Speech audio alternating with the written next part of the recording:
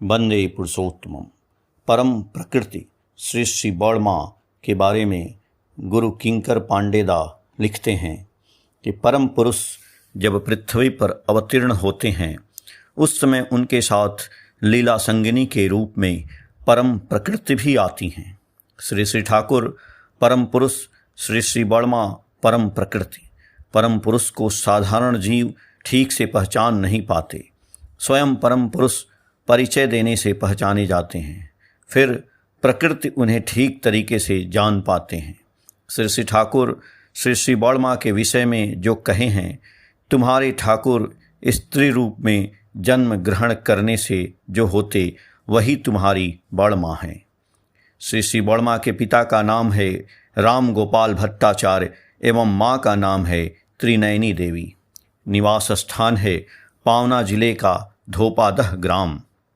Shri Shri Burma का जन्म मामा के घर पावना जिले के गांडादह ग्राम में 29 जुलाई 1894 सोमवार को सुबह 8:50 पर हुआ।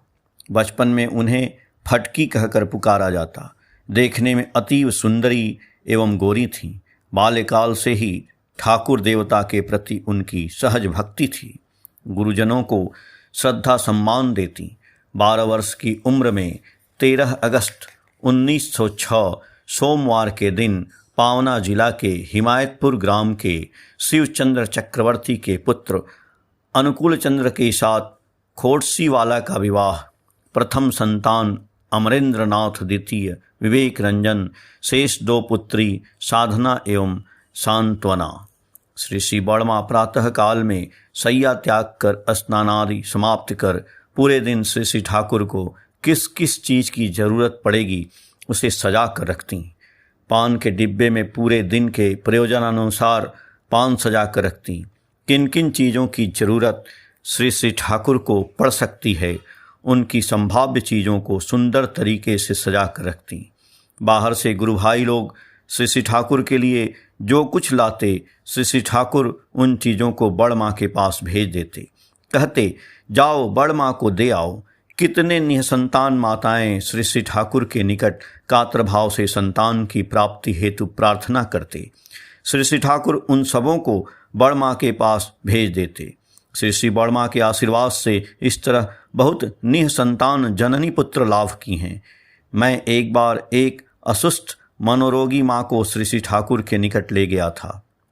श्री श्री ठाकुर के निकट उस माँ के संबंध में कहने से श्री श्री ठाकुर ने कहा, बड़ी बहू के पास ले जाओ। श्री श्री बर्मा के साथ क्या बात हुई नहीं जानता। देखा माँ को उन्होंने कहा, श्री श्री ठाकुर जितनी देर पार्लर में बैठे रहे तुम उनके निकट बैठकर नाम करोगी। उनके चले जाने से तुम जाओगे, फिर सुबह भी वही करोगी। वह माँ प्रायः 1 माह थी। निष्ठा सहित दोनों बेला श्री श्री ठाकुर के सामने बैठकर नाम करती। इसके बाद ये माँ भजन दीक्षा पाई। वर्धमान नाडुग्राम के पंचानन सामंत की माँ एक पोते को लेकर श्री श्री ठाकुर के निकट आई। लड़का ठीक से चल भी नहीं सकता था एवं बोल भी नहीं पाता था। श्री श्री ठाकुर बड़माँ के निकट उस माँ को भेजे। श्री श्री बड़माँ बहुत देर तक उस बालक को देखीं। बाद में गंभीर श्वास छोड़कर बोली, इस लड़के द्वारा स्वयं के हाथों से इष्टवृत्ति कराओगे। श्री श्री ठाकुर की दया से वह बोलेगा, चल भी सकेगा। 1 साल बाद पंचानंदा लड़के को लेकर श्री श्री बर्मा को प्रणाम कराने आए। लड़का उनकी आशीर्वाद से चलता है और बोलता भी है। ये बातें कहते कहते पंचानंदा की दोनों आंखों में आंसू भर आया। माताओं से सुना हूँ श्री श्री बर्मा खेल भी पसंद करती थीं। माताओं के साथ ताश भी खेलती थीं। धीरुदा भुक्त रेडियो में क्रिकेट कमेंट्री सुन रहे हैं। भारत खेल रहा है। श्री श्री बड़ी माँ पूछीं, कौन बैटिंग कर रहा है? धीरुदा बोले, ओ नील कर रहा है। श्री श्री बड़ी माँ बोली, ठाकुर अनिल जल्दी आउट नहीं हो। धीरुदा बोले, वह तो अंग्रेज ओ नील है, अनिल नहीं। हंसते हुए बड़ी माँ बोली, वह जल्दी आउट हो जाए। वे ठाकुर को किस दृष्टि से देखती थी उसका यह एक वृत्तांत उल्लेखित हुआ। 2 अक्टूबर 1953 आदिनाथ दा मजुमदार एक आमोम कतारनामा के लेखक थे। पूजनीय खेपूदा पावना के विश्वास को वह अमोम कतारनामा दिए थे। आदिनाथ दा को जब पूछा गया क्यों वे ऐसा लिखे हैं, उसमें लिखे हैं वे सभी को बराबर समझते हैं। खेपूदा ठाकुर के भाई हैं, वे बोले इसलिए लिखा हूँ, सभी को बराबर समझते हैं। इसी बात से श्री वर्मा काफ़ी व्यथित हुई हैं।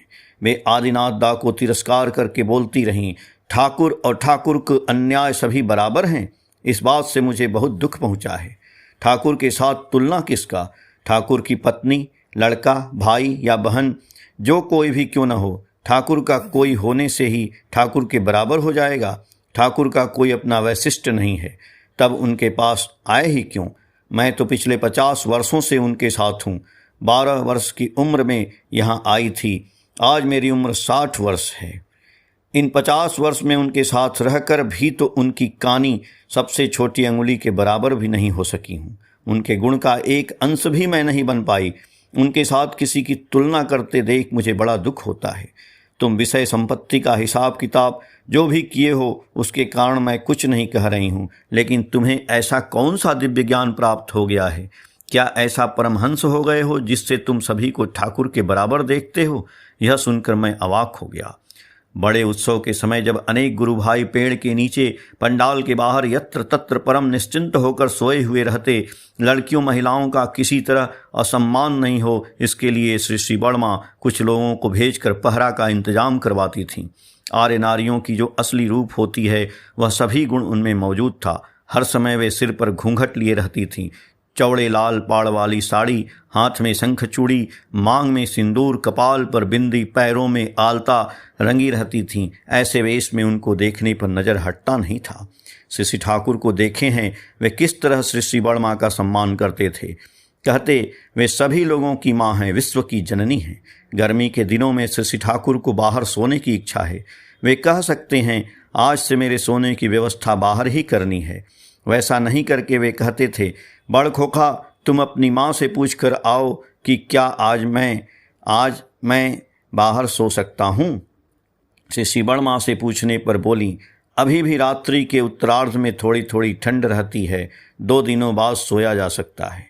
एक पत्र के माध्यम से श्री वर्मा से कहे हैं, तुम साध्वी सती स्वामी परायणा हो, तुम्हें मैं क्या शिक्षा दे सकता हूँ, बल्कि मैं ही तुम्हारे निकट तुम्हारी स्वामी भक्ति की शिक्षा लेने के लिए उपयुक्त हूँ।